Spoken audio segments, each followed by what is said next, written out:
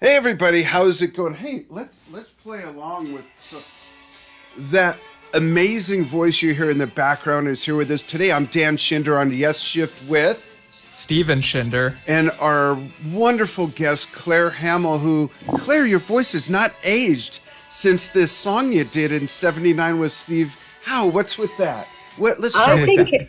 What's I with think that? the idea is not to do too many gigs. I That's mean, I would have wonderful. liked to have worked more, but it just didn't happen. I haven't had an agent for years and years, and I can't really support managers and agents anymore. Really, I suppose because I don't work that much, but I have continued to record, and my voice has stood up remarkably well. I'm very fortunate. I think really. Yeah, Um, when we heard the new album, I was shocked at how really timeless your voice sounds. And folks, tell us where you're watching from and chime in with questions if you're not, for whatever reason, under from living under the rock you might be under, not familiar with Claire Hamill. She's got an amazing voice, has had a very long solo career since I believe your first release was in 72. She's worked with Steve Howe. We're going to show a couple clips of her working with the Yes tribute band Fragile, but just sounds amazing, and we'll dig into the album. But Steve, first you go ahead and take it away.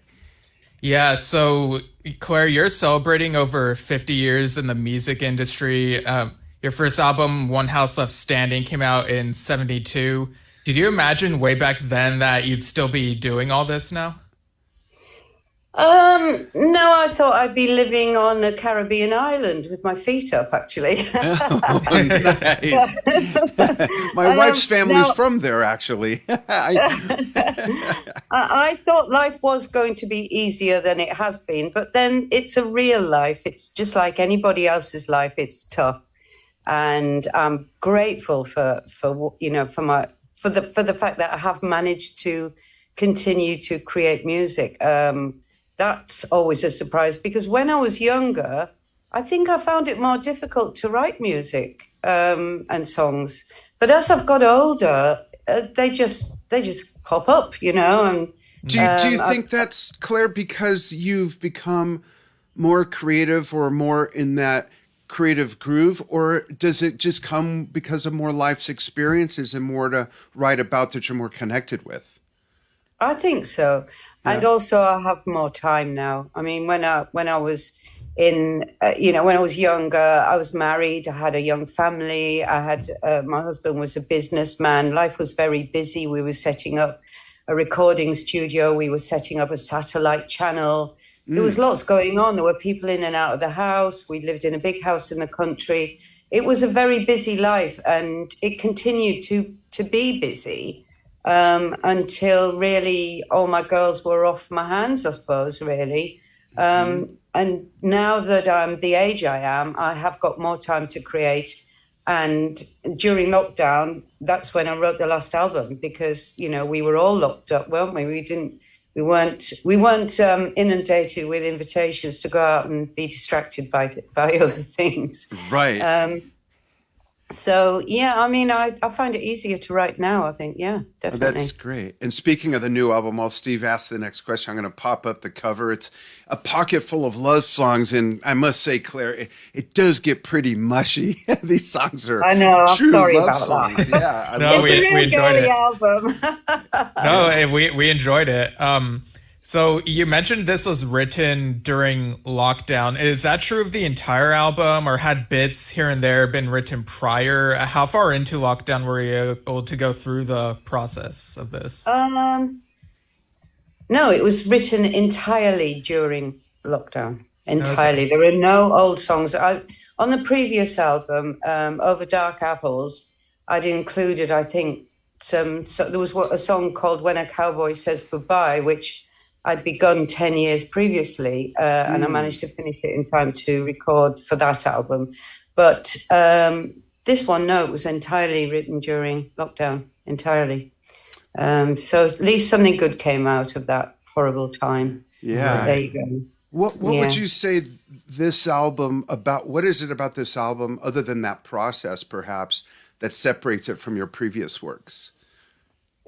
Um, what is it that separates it from my previous works? Is That's it such more an interesting. thematic? Well, it was written around a fantasy love affair with somebody that I was very attracted to. That during lockdown, you see, what actually happened was that my mother died just before we went into lockdown. I mean, we went into lockdown on the 23rd of March, and my mother died on the 11th, and she was Oh, buried on the 27th when we were in lockdown and could not move. And I was unable to go to her funeral. oh, wow. And she had a 10-minute internment. That's what it was. They put her body in the ground, said the Lord's Prayer and a poem that I'd written for her. And that was it. And everybody went their separate ways. There was no wake. And I come from an Irish Catholic family, and the wake is very important. You know, it's a very important part of the grieving process. So what actually happened with me is I think I fixated on this person in order to deal with my grief and my sense of loss. And I'm very grateful for that, you know, and I'm grateful for the inspiration that it gave me, but nothing actually came of the affair. Nothing happened. Other than the album. Other than the album. And I'll be eternally grateful to him for that. Yeah, because the album can last forever. Yeah, I know. Yes. That's right. There's some such nice songs. I mean, this duet was probably the first song that I wrote. And you know, I love that. That's interesting. So Steve and I, we don't talk about the topics that we're going to cover, whether it's just the two of us or our guests. We save it all for the show. So Steve doesn't know that I'm going to say this, but that's my favorite song on the album. And is it? Yeah, one of the reasons why is, for some reason, I lived near the beach in Ventura, California for 15 years. Steve was born there, actually. Not on the beach, in the hospital by the beach. And I do feel at home at the beach, though. Yeah, and he lived in San Diego for years. There's something about that song, Claire, that feels very beachy to me.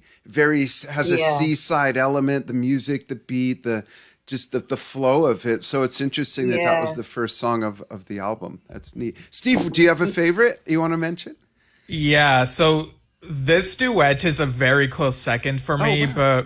But I also liked the way "I'll Wait for Winter" sounds. You know, I like reflective songs, and this is certainly like one of there's a lot of reflection on this album. But there's something about "I'll Wait for Winter" that really resonates with me musically and lyrically. It's definitely one of my favorites. I like the way that it's sort of ethereal and haunting, and the little bit of recorder that I play on there, you know, and I like the line about, you know, about thinking about all the women that said they loved you, you know, that kind of painful thing, because of course at our age we've lived through quite a few people that said they loved us, you know, and then found out that they didn't really love us that much, but it's all a you know, part of life's journey and curve and everything. But yeah, the sound of "I'll Wait for Winter," I love the sound on that. Unfortunately, I didn't write many more folky songs during lockdown, so I wanted to just include the songs that I'd written during that time, and "I'll Wait for Winter" was the only one with that sort of folky feel, but I think it's very apt, and it certainly shows my roots as a writer, because it harks back to, you know, my earlier stuff on "One House Left Standing," that sort of sound, I think. Yeah. And I love the title track, of course, is wonderful too. Pocket full of love. It's nice songs. when it kicks in, isn't it? Yeah. When the drums come in, and I've got a pocket full of love songs. That's the bit in the song that I like the best. Great. Yeah. Who else is on the album? Well, Oliver Day from Fragile plays on the album. So does Max, although there's not a lot of Max on the album, Max Hunt. But mainly it's Kevin Jones, the sound engineer producer that plays nearly everything. And he got a couple of his pals in. Dave Rollins, who played on the last album, who was a friend of Kevin, because Kevin produced the last album too. And he and I are very on the same page, really, in as much as We're not really experimental when it comes to music.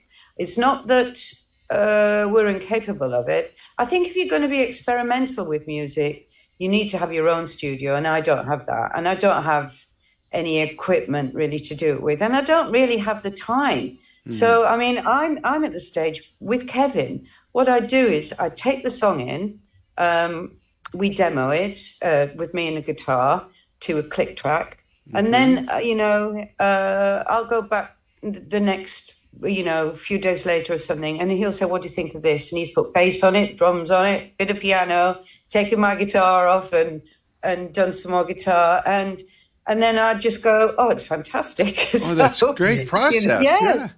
I mean, well, because the thing is, I get very bored now with the whole process of record. I mean, when I was young, I loved being in recording studios. They were amazing places to be in. It was all new and fresh. And I'd be at every mix, and they'd take hours, and I remember on the last album, Kevin said to me, he sort of tentatively said, "When we come to mix it, do you want to be in the studio?" And I said, "No." And he went, "Oh, good," because he said, "Thank heavens, because I'm going to take 5 hours just getting a snare sound." Well, the idea of that just drives me to distraction. So I was actually away in Ireland during the recording of Over Dark Apples, and he would be sending me mixes, and it was just wonderful. That's It was great. like getting a wonderful, beautiful surprise. I loved the way that all worked, and so I did the same this time round. I just let him Do do his everything. part. Yeah. Yeah, That's and great. that was his creative. That's what he wanted to do. He wanted to let his creativity out, and I wanted to give him the opportunity to do that. And I'm very grateful to him. And he liked my songs. He likes the way I sing. I like to sing. I like a quick session. 3 hours is enough. Yeah. And I want to go in and I want to nail my vocal in 3 hours. Not belabor something and micromanage it, and then it doesn't become art after a period of time, when you hammer it too much. Yeah. It's too, you want, because, you want to capture feelings when you're recording. Yeah. And you can't not manufacture reproduce them. Feelings exactly again and again and again. No, you want to grab the moment and go with it. That's great. Let's give everybody a taste of Claire Hamill live with a piece of music I don't know, a few of our fans may be familiar with. Check this out, folks. We'll be right back with Claire as soon as Dan can find the right button. There we go. All right, hang on for a second, Claire. Let's give everyone a taste of this. I won't even give the name of the song. I think some people will know it.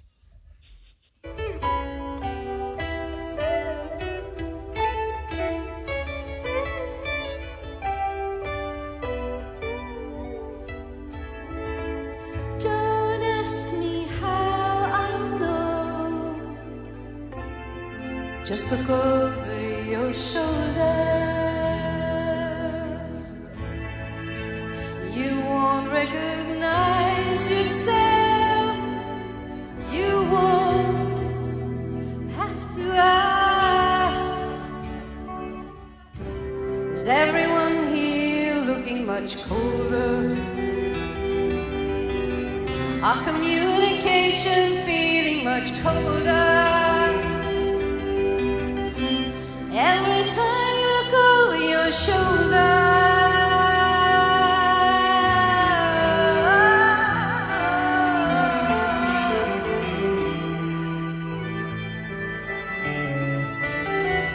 Just sounds fantastic. I love that song from the Steve Howe album, 1979, being performed there with the Gents in Fragile. How did working with Steve Howe come about, Claire?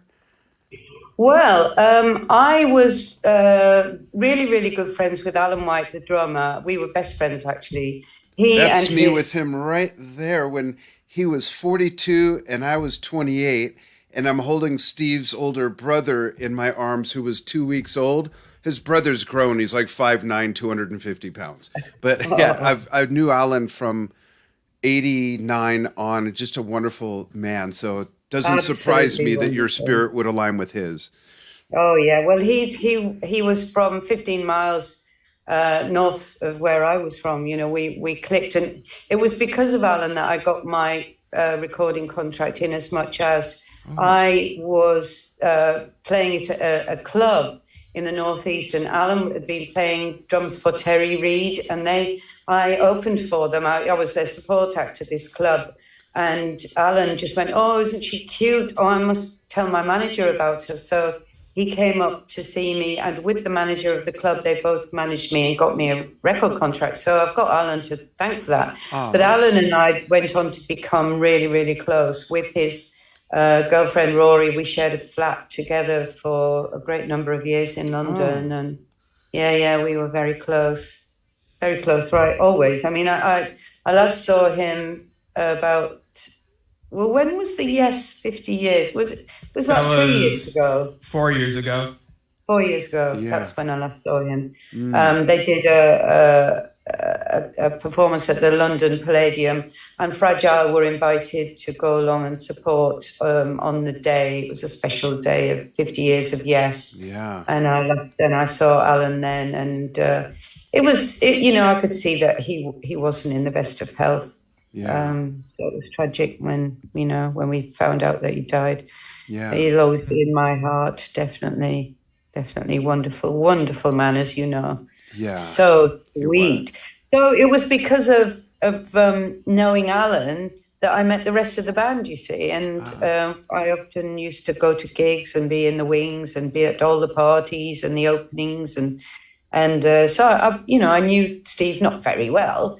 Steve's quite a private person, and he's different actually to the other members. Well, different to Alan, and Alan and Chris were sort of, very bon on me, and then Rick, of course, was hilarious, and then John was very celestial, and gentle. And Steve, and compared to the rest of them, is very, I guess you could say, professorial in a sense. Yes. Yes, definitely. He was a serious person, really. Yeah. Lovely, absolutely lovely, handsome. Oh, ever so handsome. What was it like working with him way back then, when everything was so vibrant and everyone was so creative, at the time, just pumping out so much? What was it like actually working with him on the song and in the studio? And lovely. I mean, he's incredibly professional. He was really gentle, really sweet, gentlemanly.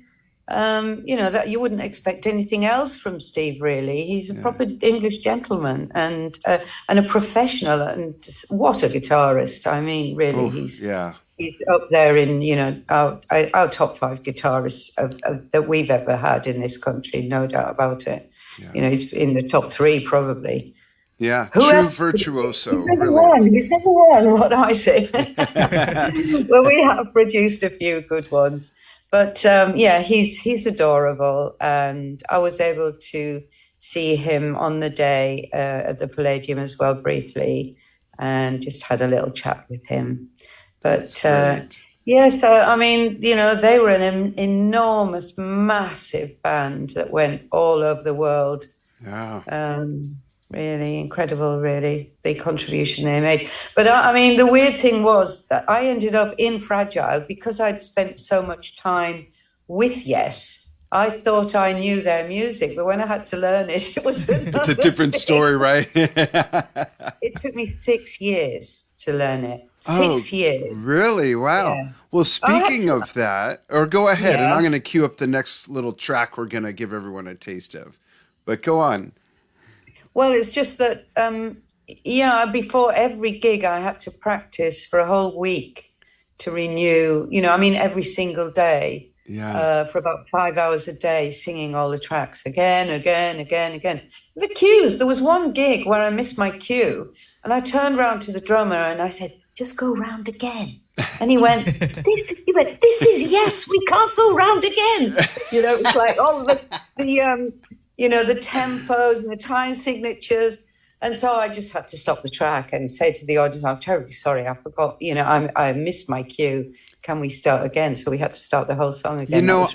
I can recall vividly 3 occasions where John Anderson forgot the lyrics in concert. And the most memorable was at the Hollywood Bowl on the symphonic tour with the big orchestra behind them.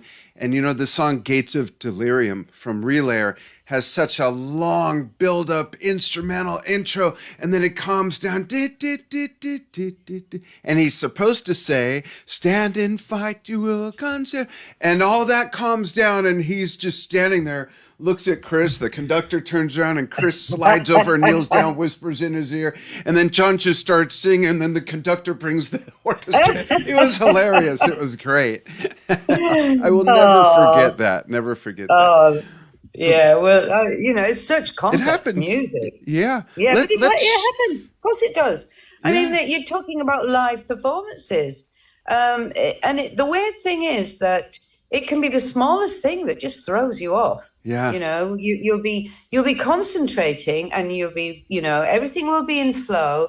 And then all of a sudden something happens. You hear a sound, somebody shouts something, somebody takes a photo, whatever it is, or somebody on stage drops something, and then you will be thrown off, and it can ruin the flow of the performance. But it's live, you know. Yeah, I mean, that's part of the joy we of have it. to give ourselves a bit of slack, don't we? Really? Yeah, absolutely. Let's play another song that I believe some of you viewers and listeners will be familiar with. Check this out: Claire Hamill with Fragile. I'm going to skip ahead so they can't see the title. Oops, there it is. Go ahead, Steve. Oh, I was going to say, and for context, these are from 2013. I found them on Max Hunt's YouTube channel, and I believe these were filmed at the launch of Roger Dean's exhibit at Trading Boundaries. Okay. Yeah. Great. So, great stuff. Yeah. Check this out. Nice, beautiful intro, and then it features Claire, of course. Sit back and enjoy for a moment, folks. We'll be right back with more of Claire Hamill with Steve and I.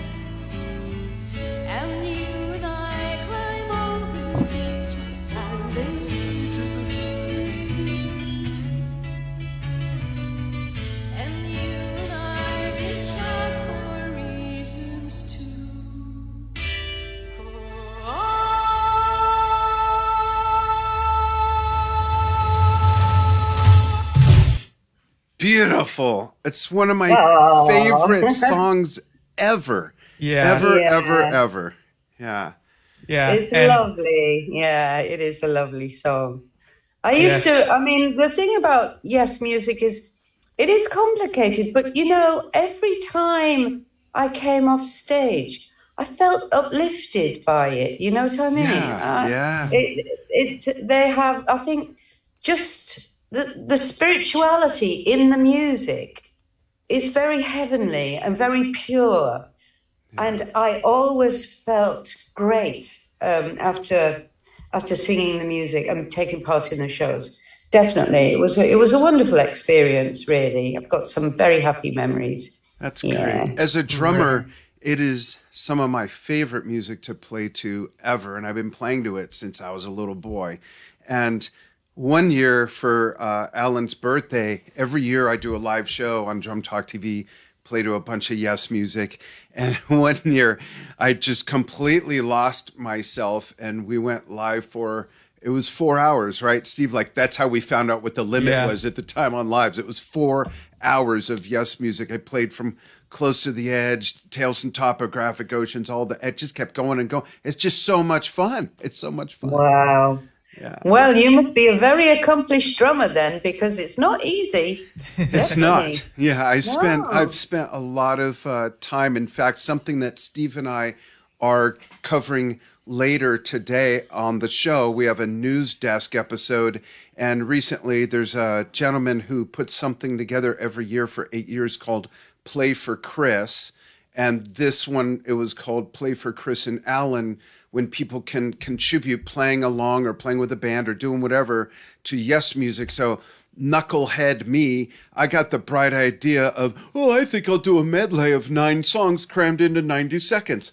And I picked like 9 of the hardest things to play excerpts from. And then I realized I got to learn how to play it like that. There's literally 5 to 10 seconds of 9 songs being strung together. It was probably the most challenging thing I've ever done Oh, musically. my It was goodness crazy. me. Yes. Lots of fun. Wow. Lots of fun, though. Lots of fun. It's thinking music to a degree, you know, whether you're the vocalist or the drummer, any instrument, it's thinking music. And from the fans' perspective, too, there's a lot of depth to even the more less complicated songs like Wondrous Stories and Soon and songs like that just have so much depth to them. It's beautiful. Yeah. Yeah. And beautiful melodies as well. Yeah. Right. They're very nice to sing. Very nice. Yeah. You can really extend your voice on some of them. And I think the beginning and end of Awaken were my favorite bits to sing. I think they were the bits where I would go, well, John, what about that then? You know, because I did sound good on them. They did suit my voice. Awaken, beginning and end of Awaken. It was very lovely. Yeah. Aw. It's a shame. I mean, Max is in Germany now. You know, we haven't played together for a few years now, but you never know. We might get together again one day. Yeah, we actually had him on our show a few months ago with Clive Bailey. And I actually had a couple of questions related to Fragile. So what was it like sort of switching gears from playing Yes Music to recording new music under the Fragile name on the albums Golden Fragments and Beyond, which are on the Fragile Yes Tribute Bandcamp at the moment? I found that a very, very interesting experience because I'd never written any prog before. So it was a completely new writing form, and I had to get my head around it. I was going to ask how you did that. Did you like smoke a bunch of black hash or like what'd you do? No, I was such a little fiend for the demon weed. I had to give it up years and years ago because, you know, I was one of these people trawling the carpet and the back of the sofa to find bits that had fallen down. The albums that fold out. That's something it's Tales from Topographic Oceans was great so for. addicted. Yeah, so addicted. So I gave it up. But I've replaced it with red wine, of course. Oh, there you go. but no, it was very interesting because I had to listen to all the time signatures and fit all the words. I'll tell you exactly how I did it. I wrote some poetry to begin with, and then I tried to fit the poetry into the time signatures, and that's how I did it. The phrasing's the tricky part, right? Because I think the phrasing's the tricky part. We naturally think we speak or sing in 4/4, but then you start mixing in time signatures and changes, and then that's where the phrasing gets. Do you drop a word, add a syllable, stutter? Like, how do you make it work? Right? Yeah. Yep. It was really, really interesting a very interesting project to work on and to stretch me as a songwriter. And yeah, I was really pleased with the result. I think we've got some really nice pieces of music on there, on both of the albums.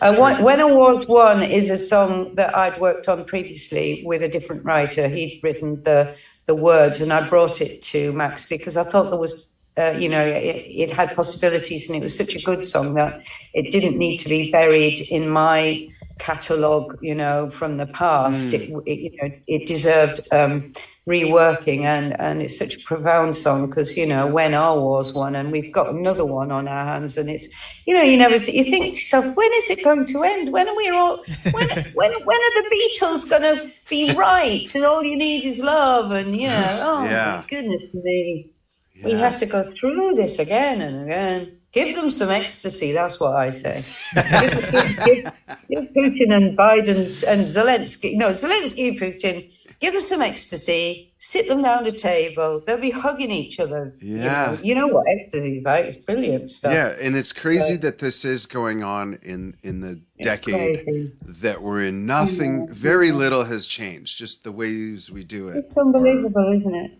Yeah. Anyway, we'll manage it because we're strong and we've got music, to turn to keep our spirits up. Absolutely. Yeah. And we know you're getting short on time, so we'll blaze through our next couple questions, and then I have a quick favor to ask you after we say goodbye to the audience. Okay. Yeah. So first, I'll read a couple comments real quick. Kevin McKivergan says, love Pocket, full of love songs. Your voice is so clear and beautiful. Adam Parrish says, really enjoying this. I remember seeing Claire at the Classic Rock Society in Rotherham, UK many years ago. Yeah. And Joshua VP from Belgium says, a question, what do you expect / demand from drummers who face an artist with a full career like yours, just to get an idea of how that goes? That's a great question, yeah. How do you deal with us drummers? I mean, like Joshua said, what do you expect or demand? Well, I do.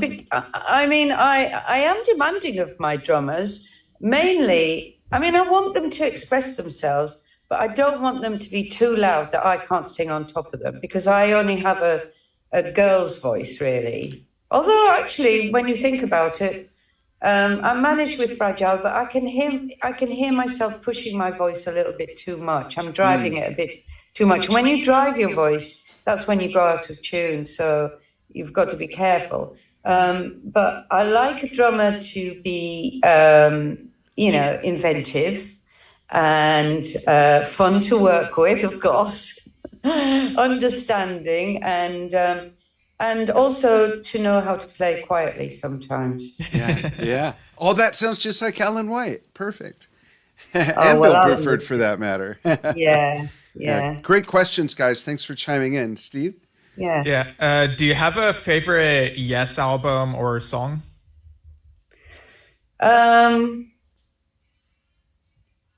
That's a good question. What's my favorite song? I think "And You and I" is my favorite song. Okay. Good thing we played it. And I like Awaken. I like Awaken a lot, actually. Me too. But it's really hard to sing. It's really hard to sing one, tempo on over top of another other one that's doing something else. I mean, I'd never done that before in my life. Yeah. It was really hard to learn to do that. Yeah, because you're not really singing with the beat, like with a cadence. It's a whole different thing. Yeah, you're not. Yeah. I'd never done that before. It was agony trying to learn to do that. And I didn't always pull it off, but the beginning and end are beautiful. So I was pleased. I love Awaken. I think it's a great track, and I like And You and I. Yes, Okay. definitely. Awesome. Yeah, and through getting to know the band, is that how you got involved with the John and Vangelis song "Back to School" back in the 80s? Yes, well, yes. I think what happened was I approached John to go on tour with him and support him, and so I opened for him at the Royal Albert Hall, and Vangelis came along to the concert, and we all went out for dinner afterwards. And then we went back to Vangelis's flat for a jam. Would you believe it? Oh, wow. And certainly you have a cassette of that, right? Standing at the piano like this. Oh, yeah, I'm going to play something, Vangelis. Okay, right. You know, I'm sort of standing there. And he immediately said, oh, John, let's have her on the album. And so that's how I ended on singing on That's Fence great. Yeah. Yeah. That's a Awesome one of my album. favorite Awesome albums, piece, yeah. too. Great. Vangelis was absolute genius. Yeah. I couldn't believe it. I've read somewhere that a sign of genius is fingertips, spatulate fingertip. Really? And that's exactly what Vangelis had. He had spoons. Oh, he didn't how have interesting. normal fingers. Yeah. Yeah, you check that out. Google it, someone, just to make sure I'm correct in that. But yeah, Vangelis's fingertips were just like spoons. I mean, very, very, very interesting. He was a great guy. Yeah. Interesting. Yeah, I've been lucky, haven't I? I've been really lucky, really. Yeah. Great career. Yeah. We only have a couple minutes left. Dad, did you want to take this next one? Yeah. Who are some of your musical influence, whether past or contemporary? And is there someone we should be paying attention to that maybe some of our listeners might not be familiar with? Well, I think you should listen to Elizabeth Fraser. Although she's not somebody that's influenced me, I do think she has a wonderful voice. I love Elizabeth Fraser. I love Ella Fitzgerald is my all-time favorite singer. Joni Mitchell, of course, is, she's probably one of the best. Billie Eilish is fabulous. There are... I love Adele. I think Adele's wonderful. Amy Winehouse, both wonderful singers and writers. So I really respect them. Dusty Springfield, fantastic. I do respect and love a lot of the work of other women, and I hope that. In the future, maybe I might nudge myself a little bit closer to a bit of their success when people maybe can discover my work through a lifetime of work, if you know what I mean. Yeah, that's great. Last question. What advice would you give to someone young or older or somewhere in between who wants to get into the music industry?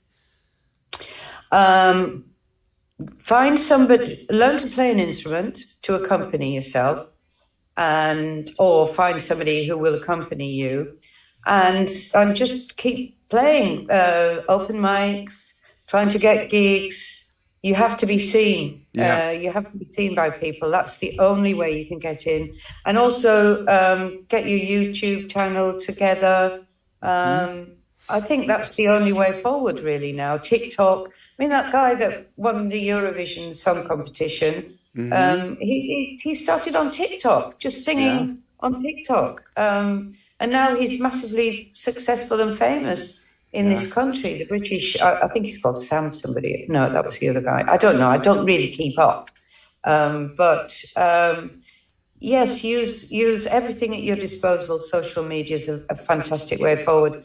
And I'll be doing some little live things on YouTube soon. As soon as I can find a bloomin' right cable to plug into my phone and into my laptop, I bought the wrong one, so I can't upload anything. But I'm going to start to do a few more live things on YouTube because I don't tour. So it's not fair, really, that my little band of fans can't hear me sing unless they live in my town where I sing occasionally. So I am going to be doing a few more live things. Great. I think, on YouTube. And that's all great advice.